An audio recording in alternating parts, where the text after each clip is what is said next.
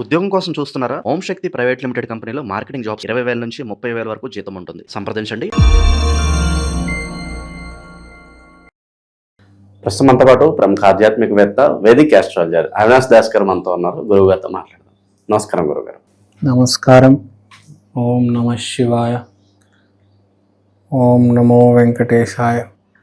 గురుగారు, ఆగస్టు నెల విశేషంగా సింహరాశి వాళ్ళకి ఏ విధంగా ఉంటుందంటారు? వీళ్ళు ఎటువంటి జాగ్రత్తలు తీసుకుంటే విశేషంగా ఈ నెల వెళ్ళి కలిసి వస్తుందంటారు?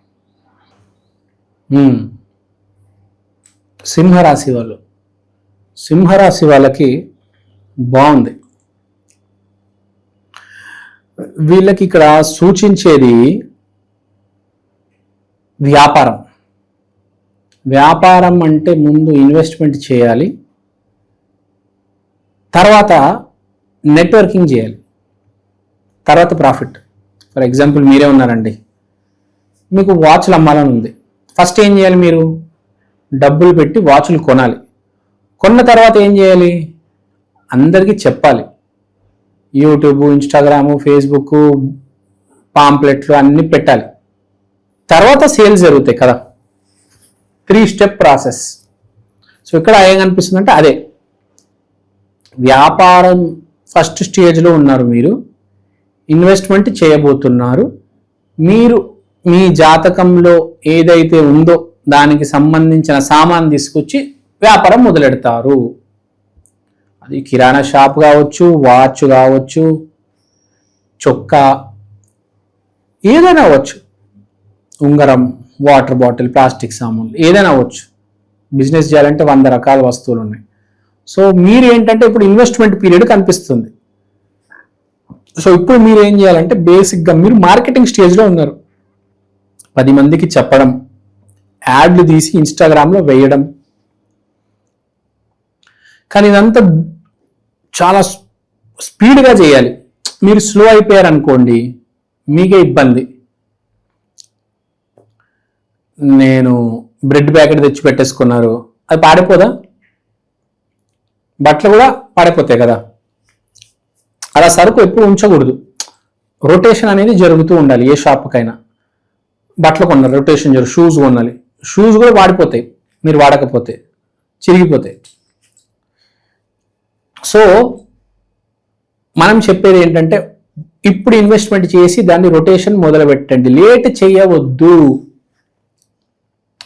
లేట్ కనిపిస్తుంది ఇక్కడ, మీరు లేట్ చేస్తారు అని కనిపిస్తుంది. లేట్ చేయవద్దు. ఇమ్మీడియట్గా మార్కెటింగ్ చేసేయండి.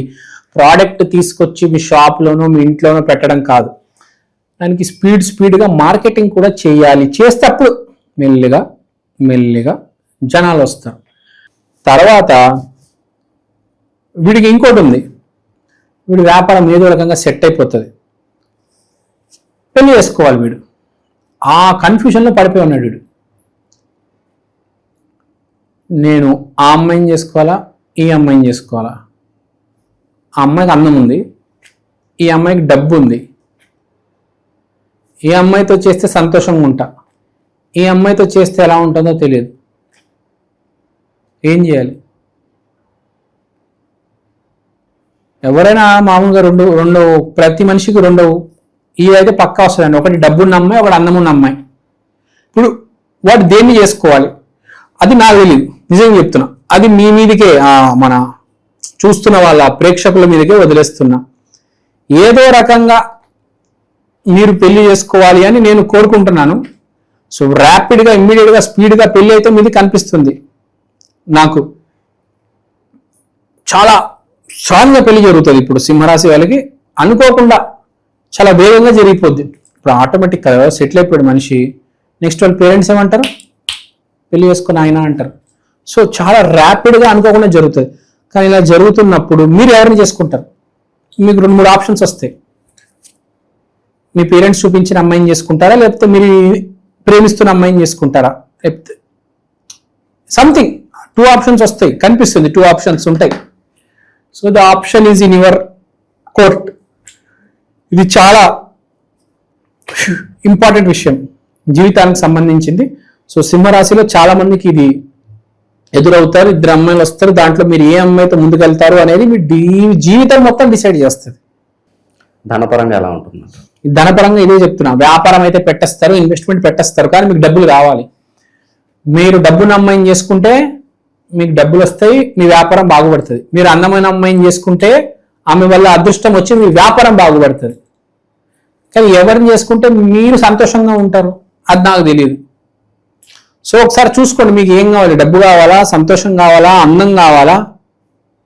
ఇద్దరు చేసుకుంటాను మాత్రం చెప్పకండి, అది కుదరదు. ఈ సమాజం ఒప్పుకోదు, గవర్నమెంట్ అస్సలుగా ఒప్పుకోదు. సో ఇక్కడ చెప్పుకుంటే ఇది కండిషన్. మీరు ఏది డిసైడ్ చేసుకో, కర్మ అనేది ఇలా జరుగుతుంది అని ఎప్పుడు ఉండదు, వాటర్ లాగా ఉంటుంది కర్మ. మీరు ఏం చేస్తే దానికి రిజల్ట్ వస్తుంది. మీరు ఏ కప్పులో, ఏ గ్లాస్లో, ఏ చెంబులో పోస్తే వాటర్ షేప్లో తీసుకుంటుంది. బేసిక్గా కర్మ అనేది స్థిరంగా ఉండదు, కదులుతూ ఉంటుంది. మీరు ఏం చేస్తారు దాన్ని బట్టి ఆ రిజల్ట్ వస్తుంది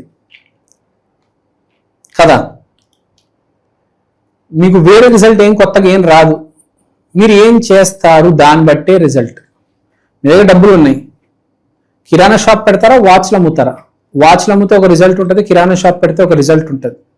దాని తగ్గట్టు రిజల్ట్ ఉంటుంది. మీరు ఏం చేస్తారు అని మీ చేతిలో ఉండాలి. మీకు ఏ వ్యాపారం కరెక్ట్, మీరు ఏది చేస్తే బెటర్ మీకు తెలిసి ఉండాలి. అది మీ తెలివితేటలు, మీ చేస్తున్న కర్మ, మీకేమనిపిస్తుంది, ఏది చేస్తే మీరు నీతి నిజాయితీగా చేయగలరు మోసం లేకుండా. మీ ఇష్టం. 30 లక్షలతో సూపర్ మార్కెట్ పెడతారా, లేకపోతే వియత్నాంకి వెళ్ళి వాచ్లు తెచ్చుకొని అమ్ముకుంటారా? దేంట్లో మీకు ఆనందం ఉంది, దేనివల్ల ప్రజలకి మంచిది, మీరు ఏది తక్కువ రేటుకి అమ్మగలుగుతారు? కిరాణా వస్తువుల, వాచ్ల, అది బెటర్ కదా, ప్రజలు ఉపయోగపడుతుంది కదా తక్కువ రేటుగా అమ్మితే. సో అది మీకు ప్రాఫిట్ ఉన్నది తర్వాత ఆలోచించాలి. ప్రజలకి ఏది ఫస్ట్ ఇంపార్టెంట్ మీరు కూడా చూసుకోండి, 2 నంబర్లో పెట్టుకోండి. మీరు ఇప్పుడు ఏ స్టేజ్లో ఉన్నారంటే కొనేసి పెట్టేసుకున్నారు, ఇన్వెస్ట్మెంట్ అయిపోయింది, మార్కెటింగ్ చేయడం లేదు. స్పీడ్గా మార్కెటింగ్ చేయాలి. మార్కెటింగ్ స్పీడ్గా చేస్తే అప్పుడు వెలుతురులోకి వస్తుంది, జనాలు చూస్తారు. కానీ అదంతా కనిపించడం లేదు. అన్నీ వ్యాపారం చేసేటప్పుడు ఫస్ట్ మనం ఏం చేస్తామంటే డబ్బులు ఎప్పుడు సరిపోవు. 10 మందిని అడుగుతాం, అన్న ఇలా వ్యాపారం చేస్తున్నాను, అసలు డబ్బులు కావాలన్నా మళ్ళీ ఇచ్చేస్తానన్నా అని చెప్తాం. ఒక 10 మందిని అడుగుతాం మనం. మీరు వ్యాపారం చేస్తున్నారంటే డబ్బులు ఇస్తారు. మామూలుగా అప్పు అడిగారు అనుకోండి, పర్సనల్గా ఎవ్వరు ఇవ్వరు. మీరు వ్యాపారం చేస్తున్నట్టే, వీడు రొటేషన్ చేస్తాడరా, వీడికి డబ్బులు ఇద్దామని కొంతమంది పెడతారు నమ్మకంతో. మీరే ఇప్పుడు వాచ్లు అమ్మాలనుకో, ఏ చైనా నుంచో, ఏ అమెరికా, వియత్నాం నుంచో వాచ్లు తీసుకురావాలి, డబ్బులు కావాలి కదా. 500 తీసుకొస్తారు కదా, 3000కి అమ్ముతారండి, ప్రాఫిట్ వస్తుందా లేదా? అలాంటప్పుడు మీకు ఇన్వెస్టర్ దొరుకుతాడు. మనం చూసేది అంత బయట వాచ్ షాప్లను పెడుతూ ఉంటారు కదా. సో అదే జరుగుతూ ఉంటుంది. బయట నుంచి తీసుకురావాలి, ఇక్కడ నుంచి వెళ్ళాలి, ఫ్లైట్ టికెట్లు, హోటల్ రూములు, ఆ వాచ్లు 20 లక్షలు అవ్వవా? 20 లక్షలు అప్పుడు మీకు వాచ్లు వస్తాయి, ఒక 100-1000 వాచ్లు వస్తాయి, ఎన్నో వాచ్లు. ఆ వాచ్లను అప్పుడు డిస్ప్లేలో పెడితే సేల్ అయిపోతాయి. కానీ మీకు ఇనిషియల్గా డబ్బులు అయితే కావాలి కదా. సో ఇక్కడ చెప్పేది ఏంటంటే మొహమాటం ఏమీ లేకుండా అప్పు అడగండి. అప్పు అడిగితే మీకు దొరికే అవకాశం ఉంది. కొంచెం స్లో అవ్వచ్చు కానీ మీకు దొరుకుతుంది అప్పు. అప్పు వచ్చిన తర్వాత, మీకు అమౌంట్ వచ్చిన తర్వాత ఇమ్మీడియట్గా షాపింగ్ చేసి లేట్ చేయకుండా మార్కెటింగ్ స్టార్ట్ చేయండి, సేల్స్ స్టార్ట్ చేయండి. లేట్ అస్సలు చేయొద్దు. సో అది చెప్పేది వ్యాపారస్తులకి, ఇది మంచి అవకాశం, దీన్ని వాడుకోవండి. కానీ ఇక్కడ చెప్పేది ఏంటంటే సింహరాశి వాళ్ళకి మొదటగా వ్యాపారం పెట్టిన తర్వాత పెద్ద పెద్ద రేట్లు పెట్టేకండి, ఆఫర్లు పెట్టి ముందు స్టార్ట్ చేయండి, కాస్త ప్రజలకు హెల్ప్ చేయండి. తర్వాత మీ వ్యాపారం అందుకుంటుంది, మీకు మంచి జరుగుతుంది. Your father will help you. Your zeal and spirit is very good. గురు బలం ఉంది. డబ్బులు రొటేషన్ చేయడానికి మీకు డబ్బులు చేతిలోకి వస్తాయి. ఫైనాన్స్ మీ చేతిలో డబ్బులు వస్తాయండి ఈసారి. అది పెళ్లి విషయం జర జాగ్రత్త సుమా. అది మీ విజ్ఞతగా వదిలేస్తున్నాయి, ఎందుకంటే మామూలు నిర్ణయం కాదు, అది ఒకటేసారి తీసుకునే నిర్ణయం జీవితంలో. సో అది 10 సార్లు అయితే పెళ్లిళ్ళు చేసుకోరు కదా, ఓ 15-20 మందిని అయితే మార్చరు కదా మీరు. సో అది జర జాగ్రత్తగా ఉండండి. మోస్ట్ ఇంపార్టెంట్ ఒక రెమెడీ చేసుకోండి. వాడిని అమ్మ చాలా ఈవెంట్స్ ఉన్నాయి చూస్తుంటే, వ్యాపారము, అమ్మాయి, అమ్మో, రెమెడీ చేసుకోవాలి. గురువారం రోజు గురు ఉచ్చ స్థితిలో ఉన్నారు కాబట్టి శ్రీ గురు దత్తాత్రేయం ఆలయంకి వెళ్ళి స్వామి కాలు గట్టిగా పట్టుకోవాలి, స్వామిని వేడుకోవాలి. శ్రీ గురుదత్త, జయ గురుదత్త అని గట్టిగా వేడుకోండి. ఎవ్రీ థర్స్డే రోజు టెంపుల్కి వెళ్ళండి. అంతా మీ మంచికి జరగాలని కోరుకుంటున్నాను.